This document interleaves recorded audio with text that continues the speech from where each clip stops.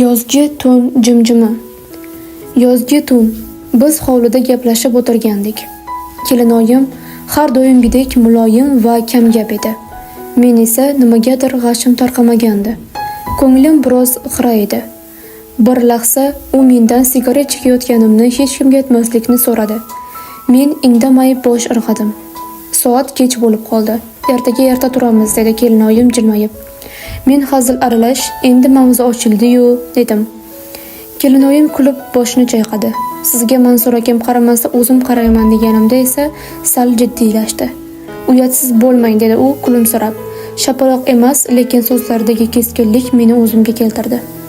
Men esa o'sha damda tushundim. Ayrim hazillar, ayrim so'zlar joyi va vaqti bo'lmasa nojoiz bo'ladi. U meni yomon ko'rmagan, lekin chegarani eslatgan edi. Kechir, haddimdan oshdim, dedim. U jim bo'lib, muloyim bosh silkidi. Tun yarmida uyg'onib ketdim. Suv ichishga chiqqan edim. Hovli jimjit. Osmonda yulduzlar charaqlaydi. O'sha holatda turganimda o'zimni aybdor his qildim. Yoshlik ba'zida odamga o'ylamay so'z ayttiradi, lekin bu hech kimga nisbatan hurmatsizlikka bahona bo'lmasligi kerak. Ertasi kuni nonushta payti kelinoyim menga oddiygina muomala qildi. Men esa ichimda bir qarorga keldim.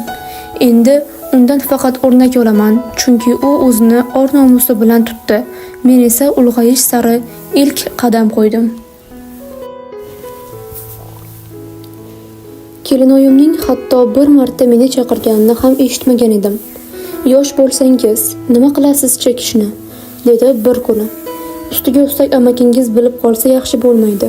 Men kulimsirab, siz aytmasangiz bilmaydi-ku, dedim.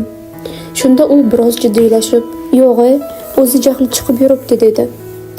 Mavzu ochilishga ochildi deb o'yladim. So'radim: "Kelinoyi, kecha nima bo'ldi? Nega urushib qoldingizlar?" Bu savolimga u biroz tayyor emasdek ko'rindi.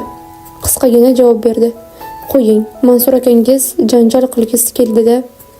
Hammasi joyidami? Tinchlikmi?" dedim men. "Endi siz ham mening sirimni bilasiz. Sigaret chekayotganimni", dedim. "Sirlashsak yengil tortarmidingiz? Sizni ham kimdir eshitishi kerak-ku", deb qo'shib qo'ydim. U esa "Xona kirib oling, sovuq bu yer", deb ichkariga kirib ketdi.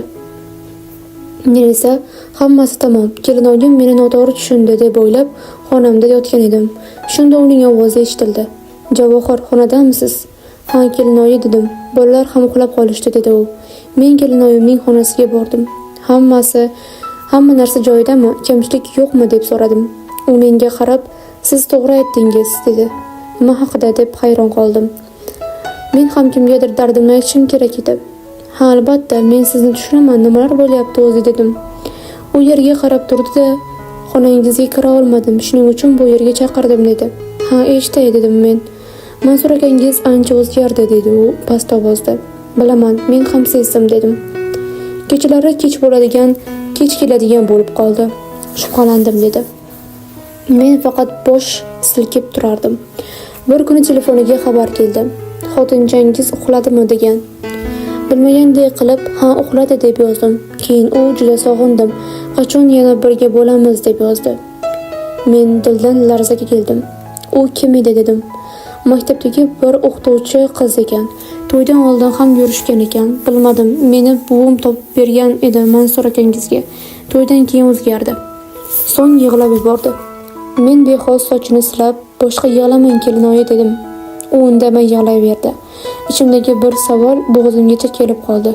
"Kelinoyi, tuni bilan ham yaqinliklar yo'qmi?" dedim sekin. U ko'z yoshlaridan to'xtab menga qarab, "Nega unday deyapsiz?" dedi. "O'sha kuni kir mashinasining vibratsiyasida o'zingizni qoniqtiryapsiz deb o'yladim. Ko'zim tushib qoldi", deb qo'ydim. U uyalganday, "Iltimos, noto'g'ri tushunmang, men ham axir ayolman", dedi. Men chuqur xo'rsinib, "Tushunaman. Mansur akam sizga befarq bo'lsa, sizga ham qiyin", dedim. U menga tik qarab, "Hech kim bilmasin, Javohir, iltimos", dedi. Men jilmayib, "Xavotir olmang, faqat sigaret chekishimni ham hech kimga aytmang, kelinoyi", dedim.